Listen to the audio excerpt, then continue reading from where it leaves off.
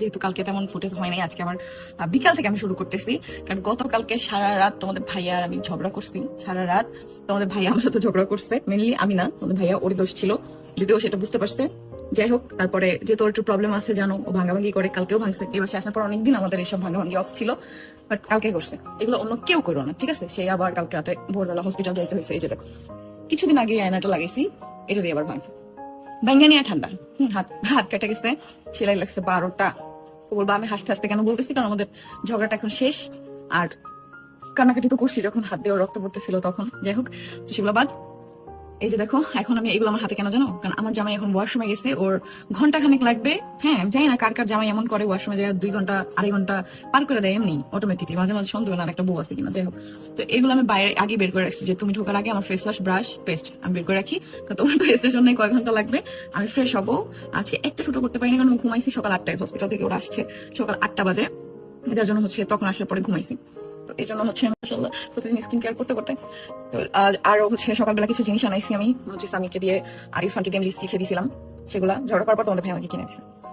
তো সেগুলোই আমি তোমাদের সাথে শেয়ার করবো। আগে ফ্রেশ হয়ে নেই, আর কি নিয়ে ঝগড়া হয়েছিল সেটা তোমাদের সাথে শেয়ার করবো। তোমাদের সাথে যেহেতু এখন সবকিছু শেয়ার করি, আগে এরকম ভাঙচুর হলে কি তোমাদের সাথে বলতাম না, কারণ তখন একটা ব্যাপার কি, তোমরা ভাববা যে হয়তো বা 2 বউ দেখে এরকম ঝামেলা হয়, কিন্তু না, এটা তোমাদের ভাইয়ের সাথে সিঙ্গেল। আমার সাথে ঝগড়া হলে এমন করে, ওর সাথে ঝগড়া হলে এমন করতো। ওর ফ্যামিলি কোনো প্রবলেম হলো তোমাদের ভাই আগে থেকে, আমার সাথে বিয়ের বহুত আগে থেকে, ছোটবেলা থেকে ওর বাসায় এরকম ভাঙচুর করে। এটা একটা ওর ব্যাপার। আর এখন যে ব্যাপারটা হয়েছে, আর হাইপারনেসটা অনেক বেশি বাড়ছে, যেটার কারণ ওর ব্ল্যাক ম্যাজিকের জন্য।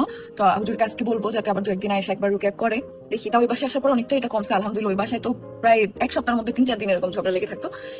একদম হুদাই আমি ঘুমাই গেছি। হ্যাঁ, ঘুম থেকে উঠে আমার সাথে ঝগড়া করতেছে।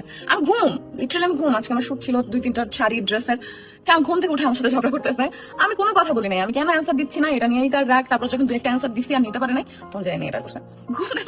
ঘুম থেকে উঠে নিয়ে তারপর আমার সাথে ঝগড়া করতেছে। যাই হোক, তো এখন আমি ফ্রেশ ট্রেশ হয়ে তারপর তোমাদের সাথে শেয়ার করবো। যে ইনস্টা লক্ষ্য করতেছি যে ওর কিছু একটা হয়েছে, খাটের কোণায় বসেই থাকে সবসময়, বাইরে যায় না। ইভেন্টে ও ওই পোলাপান পাঠিয়ে দেয়, বাচ্চাদের পাঠিয়ে দেয়, পোলাপান পাঠিয়ে দেয়, ও যায় না। মানে কি একটা অবস্থা। তো যার জন্য আমি কালকে এটা একবার জিজ্ঞেস করছিলাম সন্ধ্যার পর যে কি হয়েছে তোমার, তুমি কেন এমন করতেছো? দিন বাসায় গেস্ট আসছে, তা তুমি ওদের সামনেও একটু সেরকম ভাবে যাও নাই। তো ওরা তো তোমাকে চিনে না, ওরা তো ভাববে যে তুমি হয়তো মুড দেখাচ্ছ, ওদের সাথে ভাব দেখাচ্ছ, সামনে যাচ্ছ না, এরকম অনেক কিছু। তো ওরা তো তোমার সাথে ভাবতেছে তুমি অনেক মুডি। তো এরকম ভাই মানে ওর বোন ভাই মানে আপাদুলা ভাই সবসময় আমার ফেভারই থাকে, হাত কাটবে রাজ সবসময় আমার ফেভারই থাকে, কারণ জানে যে আমার ভুল তেমন থাকে না। আর ওর একটু প্রবলেম আছে, যেহেতু মেন্টালি একটু ওর সমস্যা আছে, আবার এই ব্ল্যাক ম্যাজিকেরও একটা সমস্যা আছে। ভাই, এটা যে কি কত বড় খারাপ জিনিস যারা এই ব্ল্যাক ম্যাজিক করে, যে দেখো আমাদের এত সুন্দর একটা সংসার সেটাই ধ্বংস করে দিচ্ছে ব্ল্যাক ম্যাজিক, এরকম একটা জিনিস।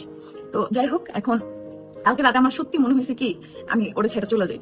ভাই, কত মানুষ ধৈর্য ধরতে পারে? আর আমি বললাম না, যেটা গত 3 বছরে, ও 3.5 বছরে কোনোদিন করে নাই, কিন্তু আমি কিন্তু এই কথাটা তোমার সাথে বারবারই বলি। কিন্তু যখনই ওর এই বিষয়টা হয় এরকম, ও খুব মানে বাজে বাজে বাজে কথা বলে, অনেক খারাপ খারাপ ওয়ার্ড ইউজ করে। হ্যাঁ, গালি ইউজ করে। তো এই জন্য আমি এগুলো নিতে পারি না ভাই।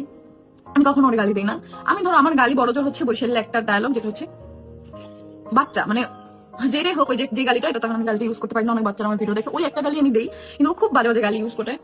বের হয়েছে 1 ঘন্টা হয়েছে থেকে বের হওয়ার আসে দিকে। তো খুব খারাপ খারাপ গালি ইউজ করে, যার জন্য ওইটা আমি একদমই নিতে পারি না। তো তোমাকে বলতেছি, ওদের সাথে বলতেছি, ওরা তো বুঝবে না আমার হাতে কি হয়েছে। এই জন্য তো হাতে দেখো একটু, দেখো 12টা সেলাই, 10টা সেলাই, সরি, এখানে লাগছে 3টা, এখানে 3টা, আর এখানে 3টা, আর একটা আঙুলে মনে হয় নাকি। আচ্ছা, আমি তো সাথে যাই না, এজন্য তো ডিটেলস আমি যাই না। যাই হোক, তো এরপরে আবার সেই ডান হাতে, ওর যত যাই হয় ডান হাতে, কারণ ডান হাত দিয়ে যে ঘুষি মারছে, এই জন্য পুরো তোমার দেখছো এটা কেমন ভেঙে গেছে। রাতে তো ওই মন মেজাজ ওরকম ছিল না, নাহলে রক্তগুলো ভিডিও করে রাখছে। আন্টি সব রাতে বেলায় ক্লিন করছে, কারণ সকালবেলা আমাদের বাসায় খালা এসে ঘর মুছবে, সে ওগুলো দেখে কি মনে করবে, যার জন্য। যাই হোক, তো এরপরে ওর সাথে আমি কথা বলতে ভুলে, দেখতেছো শুট বললাম একা একা বাইরে যাই, আবার এক কোনায় বসে থাকে, কার সাথে কথা বলে না। পাশে ভাইয়ের সাথে ভালো, এত ভালো বন্ডিং, সে আসলেও তার সাথে কথা বলে না, এরকম। স্বামীর সাথেও কথা বলে না লাস্ট 10 দিন, মানে এরকম একদম এক ঘরে হয়ে গেছে।